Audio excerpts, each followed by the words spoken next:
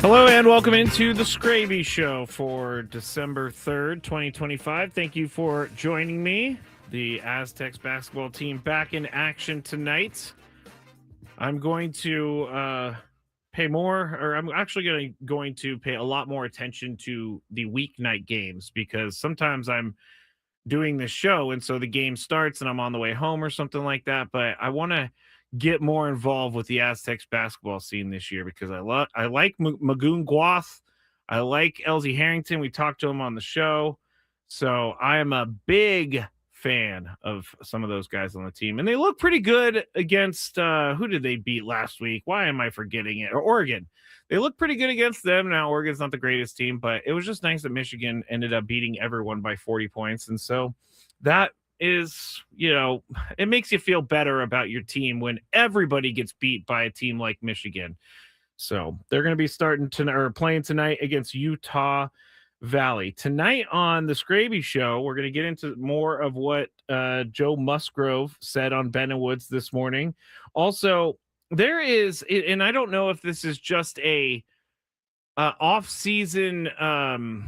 off-season edict or mandate that you have to just not make up, but you have to just talk about many different crazy possibilities that could happen in the baseball season or any sports really. But for the baseball season, people are really, really pushing Mason Miller as a starter next year. And I've already talked about this, but I have some audio that I'm going to play a little bit later from Dan Plesac.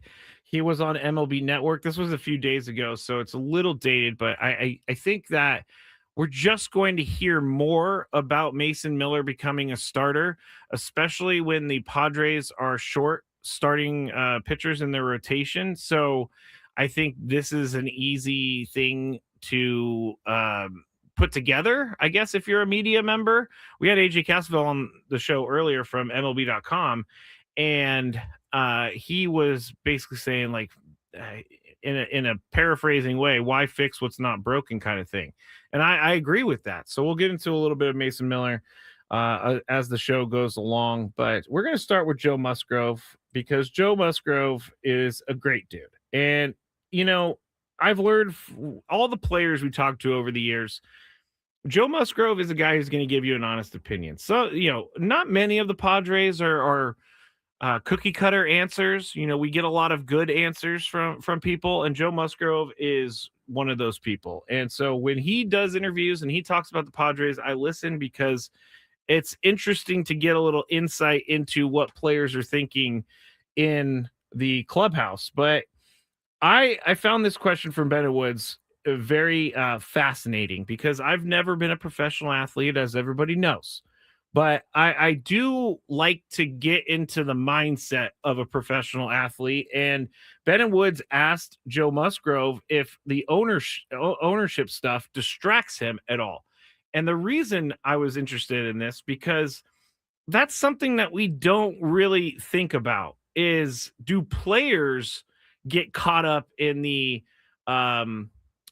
I can't say messiness, but do players get caught up in all of the news that's going around about what's going to happen with the team? And for someone like Joe Musgrove, who, was brought in by Peter Seidler, I'm sure that there are some feelings on his side about the team being sold or potentially being sold. But here's what Joe Musgrove told Ben Woods about whether or not the ownership stuff distracts him at all. I don't know that affects me a whole lot as a player.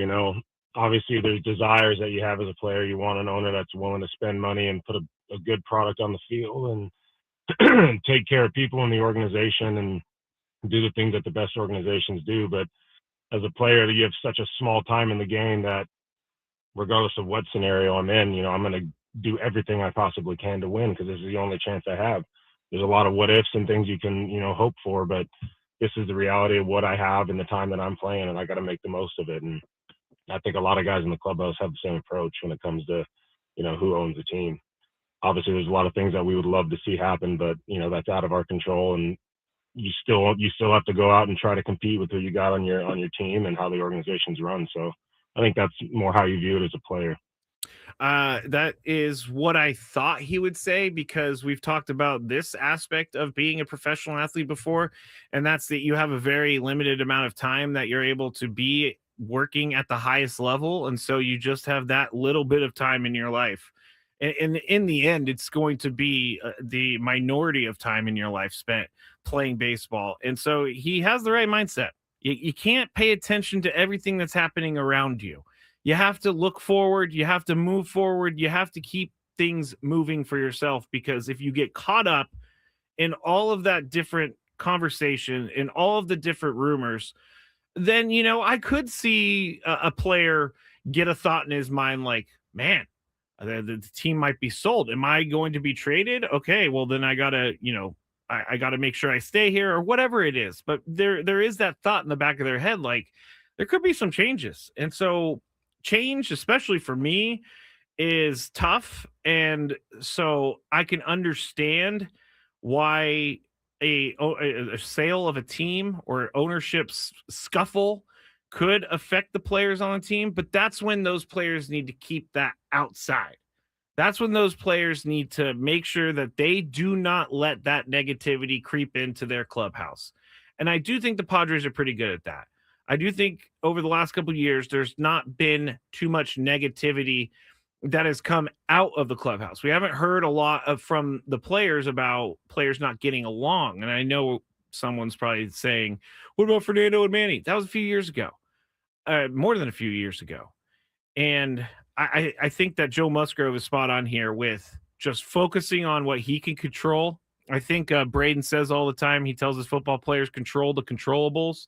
And that's what Joe Musgrove is doing. He's controlling the controllables, which is something it took me a long time to learn in my life. It took me a long time to learn. Ant Sanchez on YouTube says, pay me $100 million. I'll be the nicest guy ever.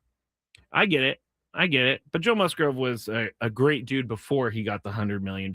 He came on our shows when he was playing in Pittsburgh. So he didn't have to do that. But anyway, Joe Musgrove. Wait, I have more Joe Musgrove. I also wanted to hear about his conversation with, I'm going to save the Joe Musgrove on Mason Miller converting to a starter for a little bit later, because we're going to talk about that more in depth. But I would like to get his thoughts again a couple weeks out. We had Joe Musgrove on Gwynn and Chris when it was the day of the news that Craig Stammen was going to be the manager. And so here is Joe Musgrove a couple weeks later, more time to think about things, more time to maybe talk to teammates. So Joe Musgrove was asked by Ben Woods what his thoughts now are on Craig Stammen as his manager. I'm excited about it, man. I think everyone in this clubhouse knows Craig well. They know him as a person. They know him as a competitor and a player. And I think he's, recently enough removed from the game to still have a really good pulse on what's happening in the clubhouses and, the direction that the game's going. I think having Ruben by his side is massive for us. I think you guys have talked about it on the show a couple times, I've heard, but the hardest thing to do in baseball is manage a bullpen and manage a pitching staff. And I think having both of those guys at the helm of it is going to do a lot of good for the health of our guys and keeping them fresh and, maybe challenging our starters a little more than we did in the year past. So I'm super excited about it. The guys that I've talked to on the club are super excited. And, I think Craig's going to be, motivated to win and do big things in this role. Yeah, that's the one thing I get from Craig Stammen, even as a player, is that excuse me, he's going to have to do it. He's going to do it the right way, because that seems like who Craig Stammen is as a person. I saw him being interviewed down in the Dominican League. He was watching a game. He was watching Luis Campusano. So, I mean, he's doing the things that Mike Schilt did. He's going to meet with players. He's doing the things that he needs to do. But I'm very, very, very interested in seeing how different pitching is managed in 2026, because you have a former pitcher, a former reliever as the manager of the team. I would think that his insight on being a reliever at the major league level for as long as he has will be really valuable. And so I don't know if it's going to look different. I don't know if it's going to feel different, but I would assume that there would be some differences in how he runs a bullpen versus other guys running, or Mike Schill or Bob Melvin running the bullpen. That's, the knowledge that he has from all of the years that he pitched. That's pretty invaluable, and you can't take that away. So that's something that he has over someone else.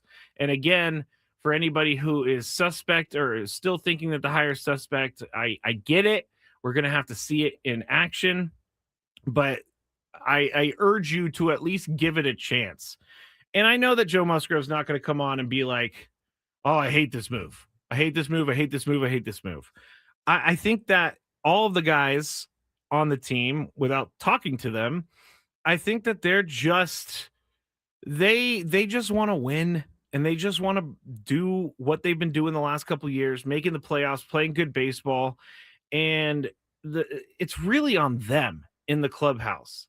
The manager is an extension of them. And so the same players are in the clubhouse. They're going to have some more players added here, hopefully over the offseason. But I would guess that most of the players are kind of excited to play for not only a former player, but also a guy that they were teammates with just a couple years ago. So it's not new to them. Craig Stammen is not new to a lot of those guys. Manny was around for Craig Stammen, Fernando, Joe Musgrove, Jake Cronenworth. Those guys were all around for Craig Stammen. So it's going to feel comfortable, and there's continuity with Ruben Niebla. And you heard Joe Musgrove say it's huge to have Ruben Niebla by his side, because he's going to help with the learning curve that is being a manager. And over the Thanksgiving break, I talked to some people about the whole Craig Stammen situation. And I think people are more and more coming around to the idea of, okay, I can't control it, so let's see what happens. And that's all we can do. That's all we can do. Trevor says, I just hope Craig doesn't hesitate to pull a pitcher when us fans clearly know he doesn't have it tonight. Mike liked to leave guys in to see their moxie, in my opinion. That's an interesting thought. See, I think Craig wouldn't hesitate. I think Craig is going to know when he needs to change his pitcher. I think Craig's going to know when someone's telling him the truth of, yes, I can get this guy out. And when someone's saying, yes, I can get this guy out, but Craig knows that they just don't have it. I mean, there's things that he's going to see that we're not going to see, and I think he'll act on those things. I'm really interested to see how the bullpen and the pitching situation is managed coming up in 2026. So good job, Ben Woods, getting Joe Musgrove on the show this morning. If you want to hear more from that, you can go to 973thefansd.com, or you can go to YouTube, search Ben and Woods, and I'm sure that they have that up there as well. All right, when we get back, we're going to move into the Mason Miller conversation. Dan Plesac says he knows some people that know Mason Miller, and he has an indication of what Mason Miller wants to do in his career. So we'll talk about that when we get back on the Skraby Show on 97.3 The Fan.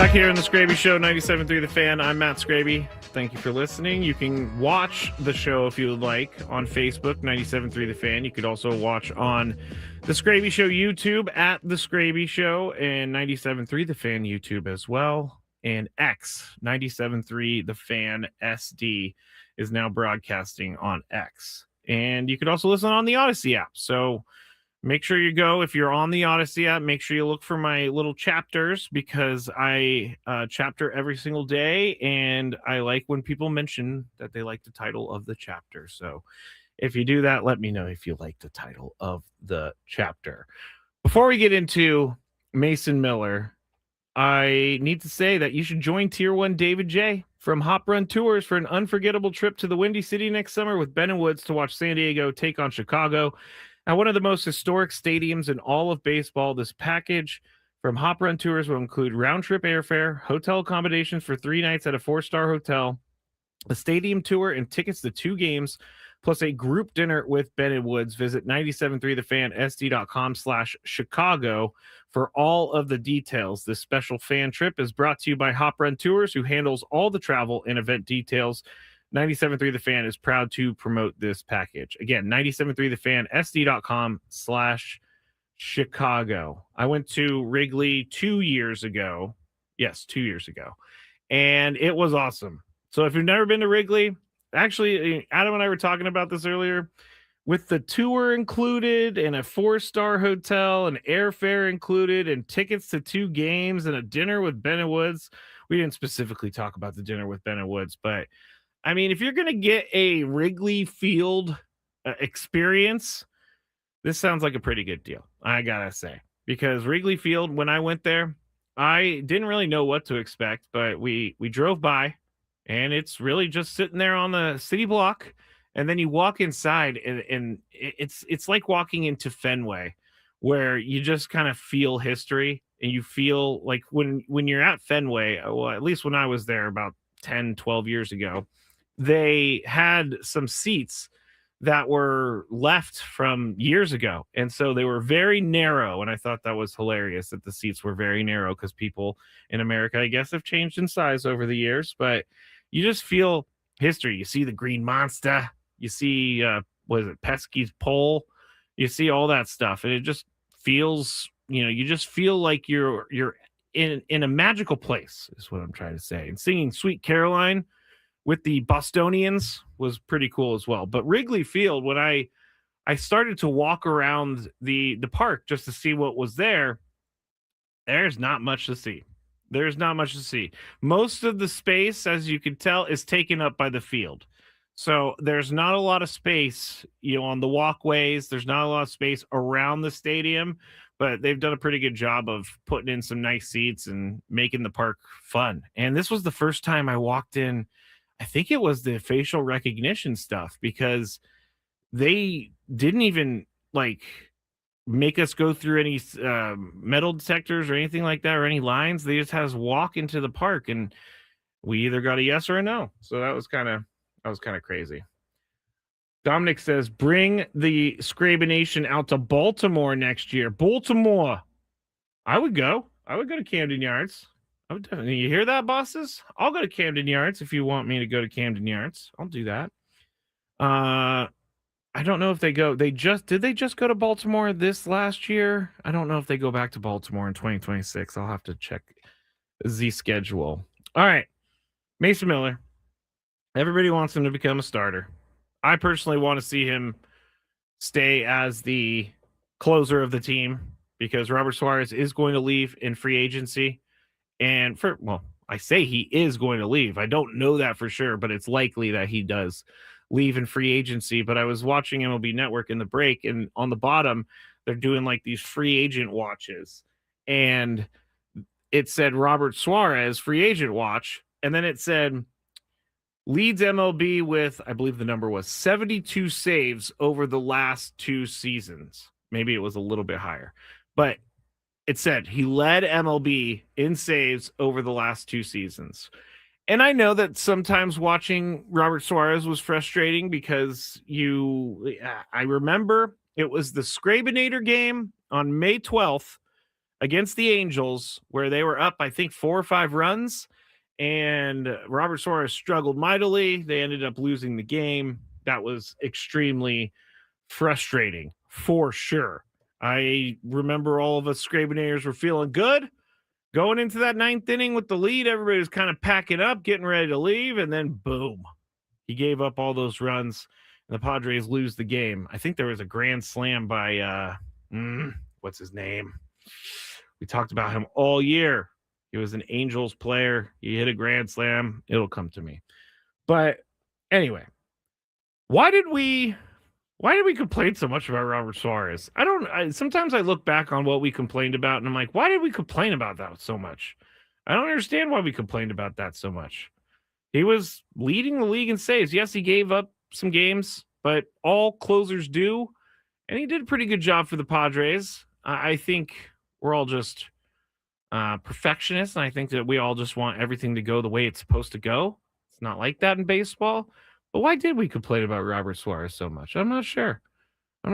There were some stretches for sure, but overall, his time as a Padre was pretty good, I would have to say. Dominic says that the Padres are in Baltimore in 2026. All right, bosses. We're going to be having a meeting. Mason Miller, though. Dan Plesac on MLB Network was talking about Mason Miller. Here's what he said about him becoming a starter. Okay, here's what he said about Mason Miller becoming a starter. What is happening? This is embarrassing. Okay. He wants to do. He would love starter for the Padres. What do you make of this possibility? Mason Miller with that electric stuff as a starter for the Padres. I do know this. I've talked to enough people that have talked about Mason Miller. It's something he wants to do. He would love to be a starting pitcher. And when you throw 98 to 101 like he does, and I thought when they acquired him, that being the Padres, he was about as unhittable as you could get the last couple of weeks this season. Nasty slider.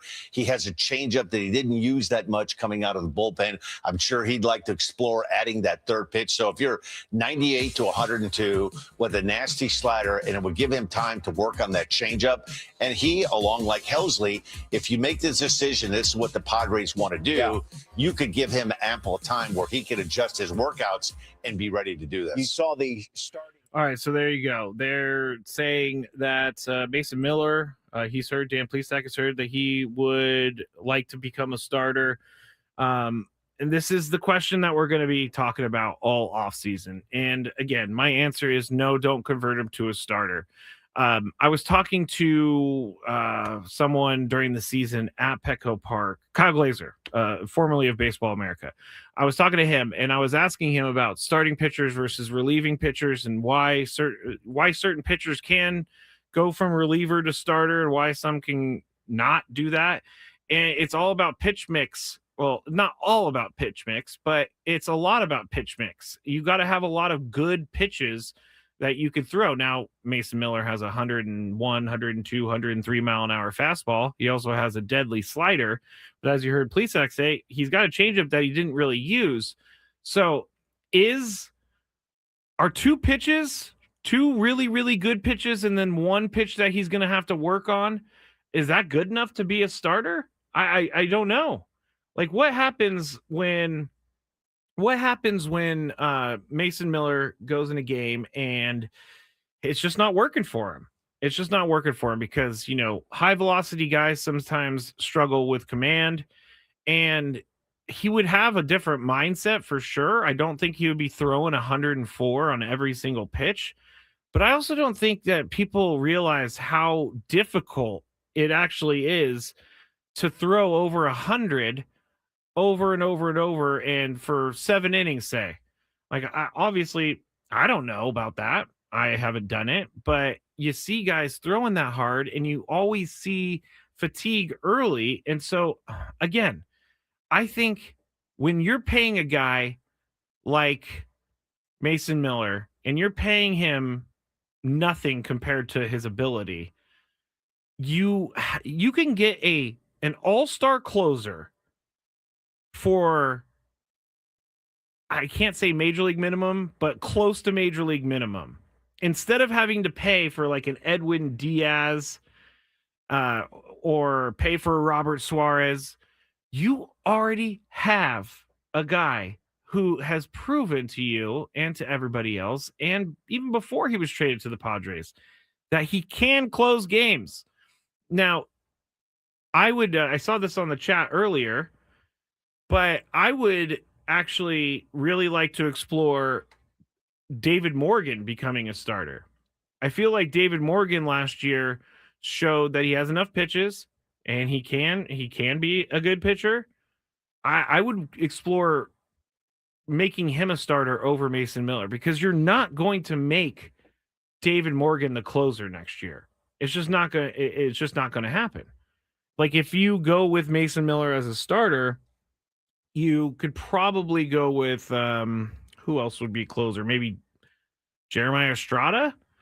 I mean, has he done enough in his career to be a closer yet?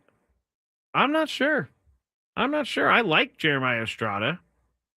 He has stretches where he's incredible, but he also has stretches where he struggles, and we saw it at the end of the year. A Money 1555 says on the chat, if I'm Mason, I'm walking if you try to make me a starter. I don't know if he is walking, but if he wants to do it, Ryan Helsley also wanted to do it. Jordan Hicks tried to do it with the Giants a few years ago. Didn't really work out.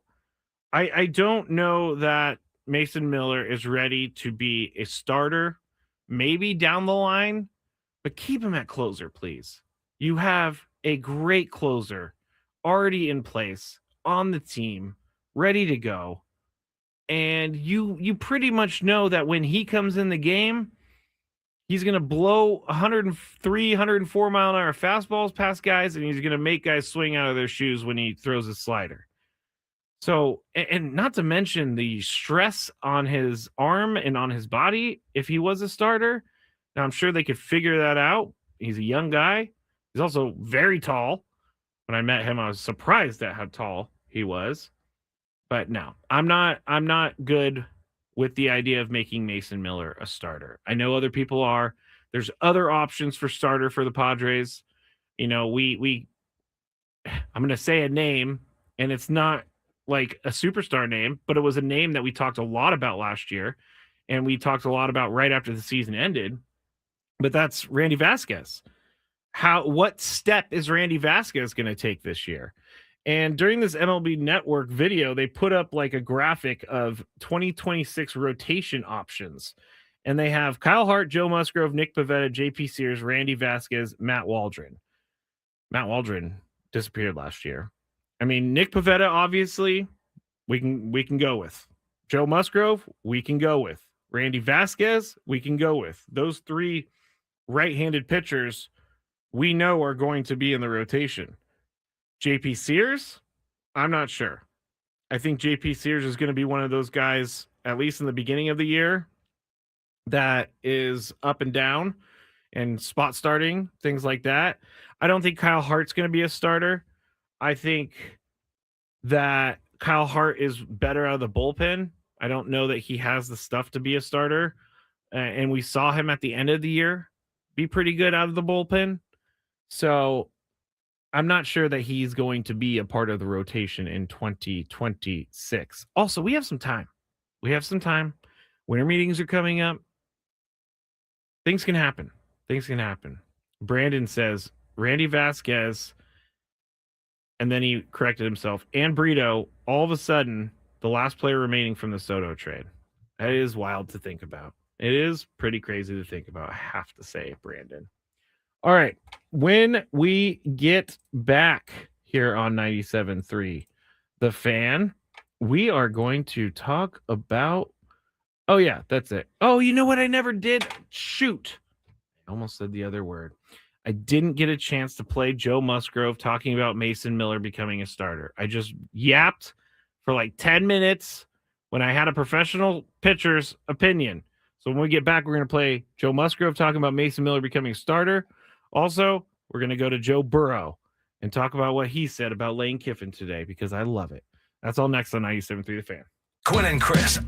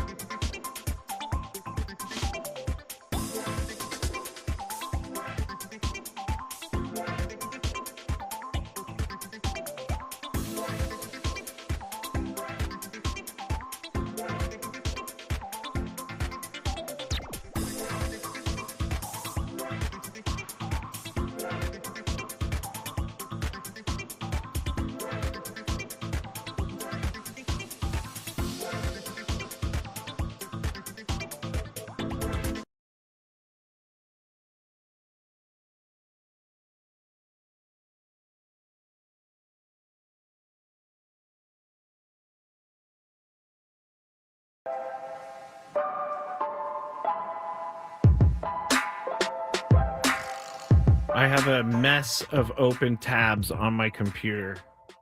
You know, one day I think I should do a segment. I'm not sure if I can do it, but one day I should do a segment where at the end of the Skraby Show, I just list all of the tabs that I have open or questions that I've asked the Google machine over the last 5 hours or so, because there's some crazy ones in there. Like, I remember that one time when Chris and Tony told me that horses don't sit down, and I Googled a bunch of horses sitting down because they were wrong and I was right. Question from the chat. Johnny Brito, is he going to be back in 2026? I have not seen any official word on it. He got UCL brace surgery in May of this year, so they're thinking that he could be back for some of the early stages of the season. But honestly, honestly, I don't think that he's going to be back before the All-Star break unless something miraculous happens. But I would think they're going to take their time with him. I would think that they would 100% take their time with him because he can. I mean, he has all the makings of being a great pitcher, but he needs to put it together is what it all comes down to. All guests on 97.3 The Fan join us on the David P. Shapiro Fan Hotline. David P. Shapiro, criminal defense attorneys, helping good people regain control of their future when charged with a crime since 2010. Visit davidpshapirolaw.com. All right, Joe Burrow. I, am a fan of Joe Burrow for multiple reasons, but I really think that some of the things that he says are great. Like when he was playing, or that he was about to play in the Thursday night football game before or on Thanksgiving, and they asked him, "Hey, your team's kind of out of it. Why do you want to play tonight? Because your team's kind of out of it." And Joe Burrow said that he wanted to play because the fans pay good money and he likes playing football. I think that is a perfect answer. So, a guy who won a national championship with LSU, Joe Burrow.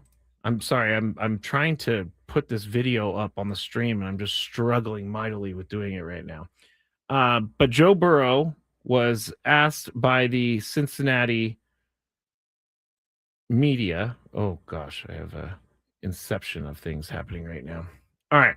Joe Burrow asked by the Cincinnati media to give his thoughts on Lane Kiffin being hired at LSU. And then they kind of had to figure out, sorry, this is a disaster. I can't show the video for some reason. It's just not happening. So here is what Joe Burrow said. And he had some follow-up questions, which I thought were interesting.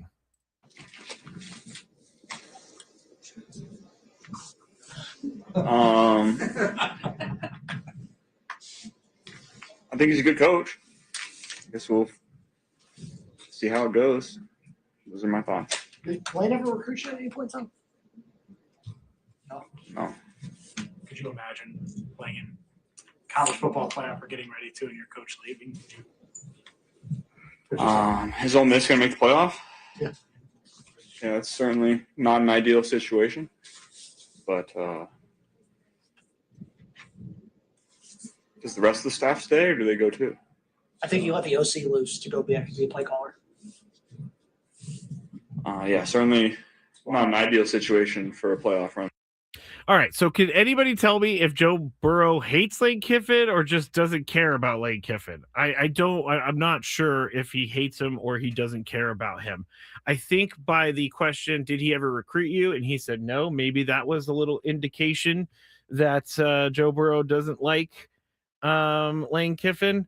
But I find it very interesting that Joe Burrow is so locked in on football. He's not even paying attention to college football. He doesn't know what's happening. And I like that in my quarterback. If I had a quarterback, I would want him to not know anything about the outside world.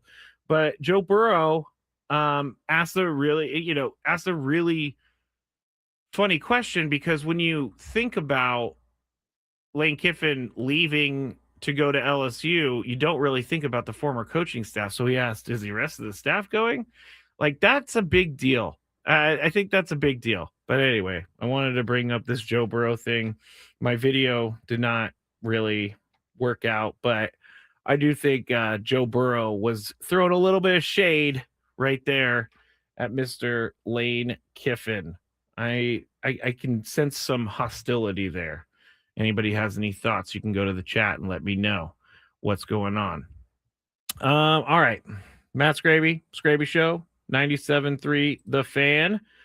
We are coming down to the end of the show, and we're going to have a daily gripe. I have one. I promise I have one. We'll do that in a little bit. But this whole thing with Chris Paul is very strange. Now, we all know that Chris Ello does not like Chris Paul for, I guess, the way he's handled himself in the past. But this whole thing of him being sent home at 3 a.m. in the morning is kind of crazy. I don't know, like, if there was a major blow up or something like that. That's the only thing I can think of in this situation. So if you're not sure, or if you don't know, the Clippers were in Atlanta to play the Hawks today, or they flew in early this morning, and they informed him just before 3 a.m. Eastern that he was being sent home. And they are it seems like they're kind of being, it seems like they're using Chris Paul as a scapegoat, because they're 5-14 on the season so far. They're one game into this 5-game road trip, and it's a very, very weird timing to send him home one game into the road trip. But here's what I've heard over the years, and I am not saying that this is fact, but I have heard Chris Paul is extremely, extremely difficult to work around. And again, I don't have any firsthand experience, but over the years at Super Bowl Radio Rows, talking to different reporters and asking people in the know about certain players, like, what's this guy like? What's that guy like? It's always, Chris Paul is always difficult to work with. It's not that he's mean. It's not that he's like a huge jerk or anything. He's just difficult to work with. And I really just don't have time for that anymore. I don't have time for people to, and I can't specifically pin this to Chris Paul because I don't know exactly what happened, but I really am tired of people who just think they're better than everybody else. And that's the kind of the feel that I get from this situation. And the only reason that you let someone like Chris Paul go, by the way, Chris Paul signed with the Clippers, announced that he was going to retire after the season.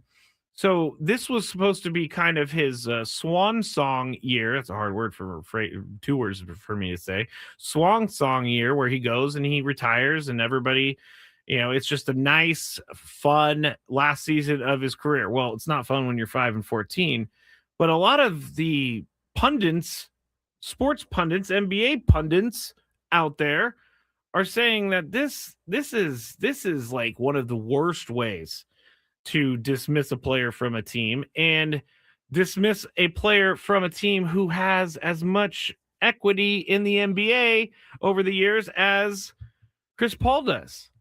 I'm assuming that we're going to find out more, and there was some sort of fight or something, not actual fight, but there's some sort of argument. Things got too far. They were like, finally, no, we don't want you on the team anymore because you're detrimental to the team. I think we're going to find out a little bit more here, but I have to say, like, Clippers, unless he was like punching people, I think you can wait a little bit to let him go. I mean, even if you know you're going to let him go, I don't think you do it at 3 a.m. I don't think you let someone who's probably going into the Basketball Hall of Fame, I don't think you let him go at 2:30 a.m. on a tarmac after some plane trouble getting to Atlanta. I don't think that's the best way to go about it. I would like to see a team, even if things got bad between each side, I would like to see the team be above the fray and, do the right thing. Even if I don't mind if they cut him or release him or whatever. I don't mind. Just because he's in his last year of his career doesn't mean that he gets to stay on the team just because. He has to be contributing. But if he's someone who's being a detriment to the team, then I can understand why they would get rid of him. And they did in a very public and weird way. So more will come out about this. And a lot of criticism is being sent Kawhi Leonard's way because Kawhi Leonard, I don't want to I'm not bad mouthing him. He's an Aztec. He has won 2 NBA finals with 2 different teams.